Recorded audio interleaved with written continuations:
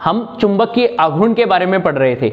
तो चुंबकीय आघूर्ण के बारे में हमने छड़ चुंबक का चुंबकीय आघूर्ण देखा था, चुंबकीय आघूर्ण के मात्रक देखे थे, और उसके बाद में हमने धारावाही लूप के कारण चुंबकीय आघूर्ण भी देखा था कि किस तरीके से हम धारावाही लूप का चुंबकीय आघूर्ण निकालते हैं, जो कि हमने लास्ट क्लास में डिस्कस किया था। आपने अगर लास्ट क्लास नहीं देखी है तो आप जाइए, लेक्चर नंबर 3 है मैग्नेटिक मोमेंट वाले चैप्टर का, आप जरूर देखिएगा। उसके बाद में इस लेक्चर पे आप आना, आपको बहुत अच्छी तरीके समझ में आएगा। आज की इस क्लास में हम स्टार्ट करने जा रहे हैं इलेक्ट्रॉन की कक्षीय गति के कारण उसका चुंबकीय आघूर्ण क्या होगा, उस पर बात करेंगे। तो देखो, जैसा कि लास्ट लेक्चर में मैंने आपको बताया था, एक धारावाही लूप का जो चुंबकीय आघूर्ण होता है, एक धारावाही लूप है इस तरीके से, मान लो ये धारावाही लूप बनी हुई है। इस धारावाही लूप में जब I धारा प्रवाहित करेंगे और इस कुंडली, ये जब वर्ताकार कुंडली बनी हुई है, तो इसका एरिया है वो A है, इसके अंदर नंबर ऑफ टर्न्स फेरों की संख्या कितनी है N। तो इसका जो चुंबकीय आघूर्ण है वो इस फॉर्मूले से दिया जाता है M = NaI, महेश नाई। इस फॉर्मूले से मैंने आपको बताया था। आज की इस क्लास में हम बात करेंगे इलेक्ट्रॉन की कक्षीय गति के कारण चुंबकीय आघूर्ण, या इलेक्ट्रॉन का चुंबकीय आघूर्ण बोल सकते हैं। इलेक्ट्रॉन की कक्षीय गति के कारण चुंबकीय आघूर्ण, इस पे बात करेंगे कि इलेक्ट्रॉन जब नाभिक के चारों ओर वर्ताकार कक्षा में जब गति करता है, वर्ताकार कक्षा में घूमता है, गति करता है, तो उसका चुंबकीय आघूर्ण कितना होगा, इस पे बात करेंगे। तो मान लेते हैं कि एक इलेक्ट्रॉन है जो किसी नाभिक के चारों ओर वर्ताकार कक्षा में चक्कर लगाता है, जो कि बोर का परमाणु मॉडल था, उसने बताया था। रदरफोर्ड के परमाणु मॉडल से भी हमें पता चला था कि इलेक्ट्रॉन है वो नाभिक के चारों ओर वर्ताकार कक्षाओं में चक्कर लगा रहे हैं, ठीक है। तो यहां पे कोई भी एक इलेक्ट्रॉन है, सपोज करो ये इलेक्ट्रॉन है, ये इस वर्ताकार कक्षा में चक्कर लगा रहा है। कितने वेग से चक्कर लगा रहा है? ये इलेक्ट्रॉन यहां पे है वो v वेग से चक्कर लगा रहा है, और इसका वर्ताकार कक्षा में जो वेग होगा, इस जिस बिंदु पर इलेक्ट्रॉन पहुंचता है उस बिंदु पर खींची गई स्पर्श रेखा के अनुदिश होता है वेग की दिशा। तो वेग किधर होगा? इस बिंदु पर लंबवत इस तरीके से वेग होगा। ये इलेक्ट्रॉन, इस कक्षा की त्रिज्या मान लेते हैं कितनी है? स्मॉल r है, कि r त्रिज्या के एक वर्ताकार कक्षा में नाभिक के चारों ओर एक इलेक्ट्रॉन जब चक्कर लगा रहा है, तो ये इलेक्ट्रॉन इसके चारों ओर चक्कर लगाएगा। तो इलेक्ट्रॉन होती है वो आवेश की क्या होती है? न्यूनतम इकाई होती है। तो इलेक्ट्रॉन का प्रवाह हो रहा है तो हम ये कह सकते हैं कि आवेश का प्रवाह हो रहा है, और जब आवेश का प्रवाह होता है तो क्या बहती है? विद्युत धारा बहती है।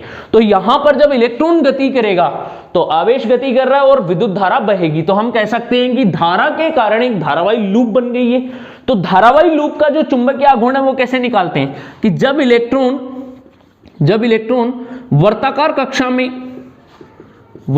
कक्षा में v वेग से गति करता है, v वेग से गति करता है, तो चुंबकीय आघूर्ण, तो इसका जो चुंबकीय आघूर्ण होगा वो कितना होगा, उस पे बात करेंगे। तो मैंने आपको बताया था कि चुंबकीय आघूर्ण कैसे निकालते हैं, उस फॉर्मूले से M = NaI। ये अब ये जो तीन टर्म्स हैं, हमें तीनों टर्म्स की वैल्यू यहाँ पे लिखनी है, और उसके बाद में ये चुंबकीय आघूर्ण इलेक्ट्रॉन की कक्षीय गति का हम प्राप्त कर लेंगे। तो यहां से देखो, मान लेते हैं कि जब ये इलेक्ट्रॉन इस वर्ताकार कक्षा में चक्कर लगाता है तो ये अपना एक चक्कर कंप्लीट करता है, और जब भी कोई भी कण है वो वर्ताकार कक्षा में अपना एक चक्कर पूरा कंप्लीट करता है, तो एक चक्कर पूरा करने में लगा समय क्या कहलाता है? उसका आवर्तकाल कहलाता है। या दूसरे शब्दों में हम बोले कि एक कंपन कंप्लीट करने में लगा समय आवर्तकाल कहलाएगा। तो वैसे ही मानते हैं कि जब ये इलेक्ट्रॉन अपना एक चक्कर पूरा करता है, जब इलेक्ट्रॉन अपना एक चक्कर पूरा करता है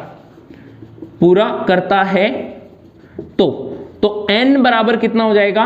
1। नंबर ऑफ टर्न्स कितने हो जाएंगे? 1 हो जाएगा। और इसका एरिया, यदि त्रिज्या r है तो एरिया कितना हो जाएगा? एरिया = πr², क्योंकि ये वर्ताकार कक्षा बनेगी। तो देखो n की वैल्यू तो हम 1 ले लेंगे, और एरिया है वो इसका कितना ले लेंगे? πr²। अब बात आती है I, विद्युत धारा। तो विद्युत धारा कितनी आएगी इसमें? तो विद्युत धारा की बात करें तो विद्युत धारा होती है I बराबर होती है क्या? Q/T, यही होती है ना। विद्युत धारा की डेफिनेशन यही होती है, आवेश बट्टे में समय। तो I बराबर होगा Q अपॉन T। अब Q आवेश है वो कितना होगा, देखो आवेश है वो इलेक्ट्रॉन गति कर रहा है, इसलिए आवेश का मान किसके बराबर होगा, इलेक्ट्रॉन के आवेश के बराबर। तो यहां पे I is equals two electron का आवेश अपॉन में कितने चक्कर कंप्लीट हो रहे हैं, एक चक्कर। ये इलेक्ट्रॉन जब अपना एक चक्कर कंप्लीट करेगा, तो अभी मैंने जस्ट बताया है कि एक पूरा चक्कर करने में लगा समय किसके बराबर होता है, आवर्तकाल के। तो यहां पर क्या आ जाएगा, आवर्तकाल, जिसे हम लिखेंगे कैपिटल T से। तो I is equals to E upon T, ये आ जाएगी विद्युत धारा। अब आवर्तकाल निकालना है हमें, आवर्तकाल निकालना है T की वैल्यू। तो T होता है एक प्रकार का समय, और समय का फॉर्मूला क्या होता है, दूरी बटे चाल। सिंपल भाषा में यही तो पढ़ा है आपने, सिंपल जब आपने समय का फॉर्मूला पढ़ा है इसमें स्पीड टाइम डिस्टेंस में, तो यही आता है, समय बराबर होता है दूरी बटे चाल। अब देखो समय निकालना है, तो हमें एक चक्कर पूरा करने में लगा समय निकालना है, तो एक चक्कर पूरा करने में लगा समय लगा क्या कहलाएगा, T इज इक्वल्स टू, तो एक चक्कर कंप्लीट करने में तय की गई दूरी किसके बराबर होगी, इस वर्तीय कक्षा की परिधि के बराबर होगी, जिसे हम कितना लिखेंगे 2 पाई r अपॉन में कितनी चाल से कंप्लीट करेगा इसको, v रेखीय चाल से। यहां पे ध्यान रखना रेखीय चाल लेंगे, तो v रेखीय चाल से कंप्लीट कर रहा है, तो ये हो जाएगी इसकी वैल्यू किसकी, t is equals to 2 pi r upon v। इसको मान लेते हैं इक्वेशन नंबर 1, इसको मान लेते हैं इक्वेशन नंबर 2, और ये मान लेते हैं इक्वेशन नंबर 3। अब समीकरण 2 और 3 से T की वैल्यू इसमें रख दें, तो समीकरण 2 व 3 से, समीकरण 2 व 3 से यहां से रखेंगे तो धारा कितनी होगी, I is equals to E upon में T की वैल्यू कितनी आ जाएगी 2 पाई r अपॉन में V, और V कहां चला जाएगा ऊपर, तो ये आ जाएगा EV अपॉन में 2 पाई r, ये आ जाएगी विद्युत धारा। क्लियर है। अब इस विद्युत धारा का मान, क्षेत्रफल का मान और नंबर ऑफ टर्न्स समीकरण 1 में रख देंगे। अतः चुंबकीय आघूर्ण, तो चुंबकीय आघूर्ण कितना हो जाएगा, तो चुंबकीय आघूर्ण की वैल्यू होगी m is equals to number of turns 1 into में एरिया कितना है पाई r स्क्वायर इंटू में, यहां पे अब धारा की वैल्यू यहां से निकाली है हमने, कितनी आई है EV अपॉन में 2 पाई r, एक r से एक r कैंसिल कर दो और पाई से पाई कैंसिल कर दो, तो कितना बचेगा m is equals to half of ERV या EVR, कितना बच रहा है EVR, ये आएगा मैग्नेटिक मोमेंट, चुंबकीय आघूर्ण। तो इस तरीके से हम चुंबकीय आघूर्ण फाइंड आउट कर सकते हैं। तो एक धारावाही लूप के कारण बोलो या फिर वर्तीय कक्षा में इलेक्ट्रॉन जब गति करता है तो उससे संबंधित चुंबकीय आघूर्ण इतना आएगा। अब यहां पे देखो एक बात और बताता हूं मैं आपको, यदि ये इलेक्ट्रॉन वर्तीय पथ में गति कर रहा है तो वर्ताकार गति होती है वो एक प्रकार की घूर्णन गति होती है। हम बोल सकते हैं कि सभी घूर्णन गति वर्तीय गति होती हैं, और वर्तीय गति है वो किस में आती है, घूर्णन गति में आती है, क्योंकि एक बिंदु पर घूम रही है। तो घूर्णन गति में मान लेते हैं यदि इसका रेखीय वेग नहीं दे रखा है, इसका घूर्णन वेग दे रखा है, कोणीय वेग बोल सकते हैं ओमेगा।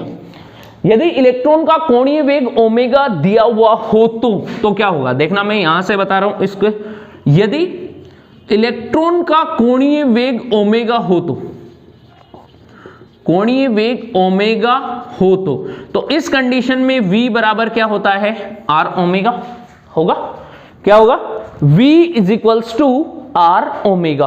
तो V बराबर R ओमेगा होगा, तो यहां से हम V की वैल्यू डाल देंगे इसमें। अतः मैग्नेटिक मोमेंट, अतः चुंबकीय आघूर्ण, अतः चुंबकीय आघूर्ण, और चुंबकीय आघूर्ण है वो इसके टर्म में बनेगा तो कितना बनेगा M इज इक्वल्स टू होगा हाफ ऑफ E, V की जगह आ जाएगा R ओमेगा इंटू में R, तो यह आ जाएगा half of 1/2 E omega into में R स्क्वायर। ये बन गया मैग्नेटिक मोमेंट किसमें, कोणीय वेग की कंडीशन के रूप में। तो इस प्रकार से हम वर्तीय कक्षा में गति करते हुए इलेक्ट्रॉन से संबंधित चुंबकीय आघूर्ण फाइंड आउट कर सकते हैं। तो ये देख लो आपके सामने डेरिवेशन मैंने बताया है कि किस तरीके से आएगा। आई होप आपको अच्छे से समझ में आया है। डेरिवेशन बहुत इजी है, बस फॉर्मूला अप्लाई करो और फॉर्मूले के बाद में हमें क्या करना है, इसके अंदर इनकी इंडिविजुअल वैल्यूज है वो थोड़ी सी बना के और पुट करते जाओ। जैसे ही हम पुट कर देंगे पूरा का पूरा डेरिवेशन हमारे सामने होगा, बाकी सारा कैलकुलेशन का काम है। कोई ऐसा भी नहीं है कि इसमें कुछ याद रखना है, रिमेंबर रखना है। सिंपली बस आपको फॉर्मूला याद है, इसकी वैल्यूज जैसे जैसे आएगी वैसे वैसे पुट करते जाओ, आ जाएगा। तो ये था लूप से संबंधित चुंबकीय आघूर्ण कैसे होगा। अब कुछ क्वेश्चन करते हैं चुंबकीय आघूर्ण से संबंधित किस प्रकार से निकालेंगे। चुंबकीय आघूर्ण सदिश राशि होती है, तो उस सदिशों का जो योगफल है वो सदिश संयोजन के नियम से करेंगे। किस तरह से इनके परिणामी चुंबकीय आघूर्ण को फाइंड आउट करेंगे, उस पर बात करेंगे। अब हम कुछ छड़ चुंबक लेते हैं और छड़ चुंबक से संबंधित चुंबकीय आघूर्ण निकालते हैं। मान लो एक छड़ चुंबक है, क्वेश्चन ये है, वो इस तरीके से रखी हुई है और इस छड़ चुंबक के लिए इसका जो नॉर्थ पोल है वो यहाँ पे और साउथ पोल है यहाँ पे, और एक छड़ चुंबक है वो यहाँ पे इस तरीके से लगा दी, जिसका नॉर्थ पोल साउथ पोल है यहाँ पर और नॉर्थ पोल है ये वाला। इन दोनों छड़ चुंबक से संबंधित चुंबकीय आघूर्ण परिणामी कितना होगा। तो परिणामी चुंबकीय आघूर्ण निकालने के लिए पहले हमें इन दोनों के इंडिविजुअल चुंबकीय आघूर्ण के बारे में बात करना होगा। मान लेते हैं, सपोज करते हैं कि ये वाली जो चुंबक है, इस चुंबक का जो चुंबकीय आघूर्ण है वो किधर होगा। देखो यहां से इसका चुंबकीय आघूर्ण की दिशा है वो साउथ पोल से नॉर्थ पोल की तरफ होती है, पहली बात तो ये। तो इसका चुंबकीय आघूर्ण होगा इधर, मान लेते हैं कितना है m1 इसका चुंबकीय आघूर्ण है।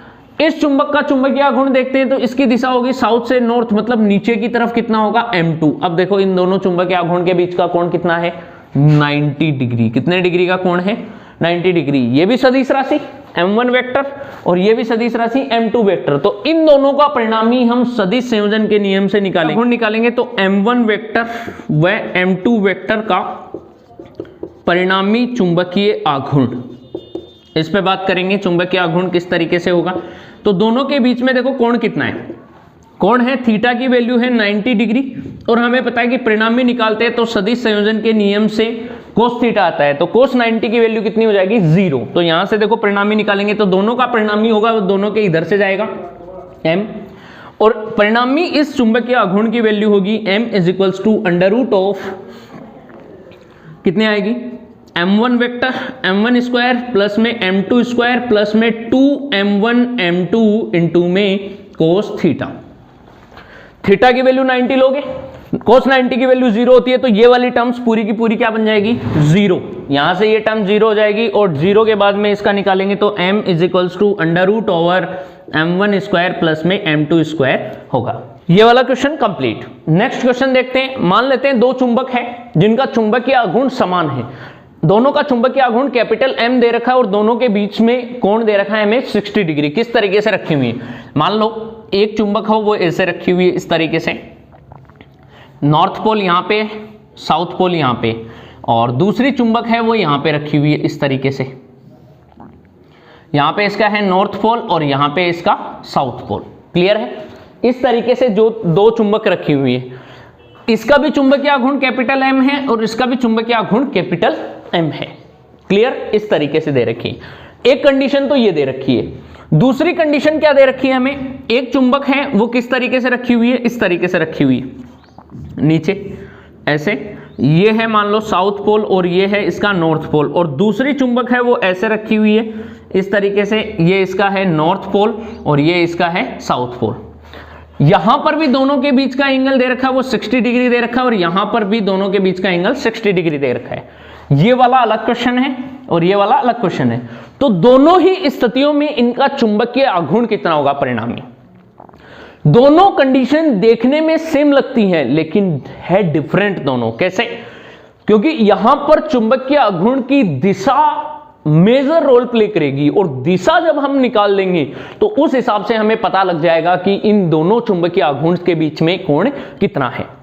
तो देखो इसका चुंबकीय आघूर्ण M दे रखा है तो इसकी दिशा किधर होती है, फ्रॉम साउथ टू नॉर्थ। तो इस चुंबकीय आघूर्ण की दिशा होगी इधर, इस दिशा में। इसके चुंबकीय आघूर्ण की दिशा किधर होगी, साउथ टू नॉर्थ। इसके चुंबकीय आघूर्ण की दिशा होगी इधर। दोनों की दिशा हमें मिल गई। ये इस तरीके से दोनों चुंबकीय आघूर्ण इस दिशा में होंगे। तो दोनों के बीच का कोण कितना होगा, जब इन दोनों चुंबक के एक्सिस ये वाला कोण दे रखा हो, इनके अक्षों के बीच का कोण भी होता है 60 डिग्री। जब ये कोण 60 है तो ये वाला कोण भी कितना होगा 60। और जब दो समान चुंबकीय आघूर्ण, जब दो समान सदिशों के बीच में 60 डिग्री 60 डिग्री का कोण हो तो उनका परिणामी चुंबकीय आघूर्ण किसी एक चुंबकीय आघूर्ण का कितना गुना होता है, √3 गुना। ये डायरेक्ट क्वेश्चन है, बताए हुए आपको सदिश में। अगर इस तरीके से भी निकालोगे तो निकल जाएगा। देखो इस तरीके से बताता हूं वो कैसे निकालना है, डायरेक्ट भी कर सकते हो और ऐसे भी कर सकते हो। मान लो पहला कितना है एम स्क्वायर, दूसरा भी सेम है एम स्क्वायर प्लस में 2m1 m2, तो m1 m2 नहीं आएगा, कितना आएगा mm। कोस थीटा, थीटा की वैल्यू कितनी है 60, कोस 60 की वैल्यू कितनी हो जाएगी, कोस 60 की वैल्यू होती है 1/2, इसकी जगह आप पुट कर दोगे 1/2, 2 से 2 cancel, m square plus m square plus m square कितना हो गया 3m स्क्वायर। तो यहां पे आप क्या लिखोगे 3m स्क्वायर और √3 और m बाहर आ जाएगा तो √3m। क्लियर, पहली बात ये क्लियर हो गया। इस तरीके से निकालना है। इस पे बात करें, इसके चुंबकीय आघूर्ण की दिशा किधर होगी, इधर, सॉरी साउथ टू नॉर्थ होगी, तो साउथ ये रहा, नॉर्थ ये रहा, तो इसके चुंबकीय आघूर्ण की दिशा होगी इधर, इस डायरेक्शन में, नीचे की तरफ। क्लियर, इसका चुंबकीय आघूर्ण देखिए दूसरी चुंबक का, तो वो होगा from north to south to north, तो साउथ तो ये रहा और नॉर्थ ये रहा इधर।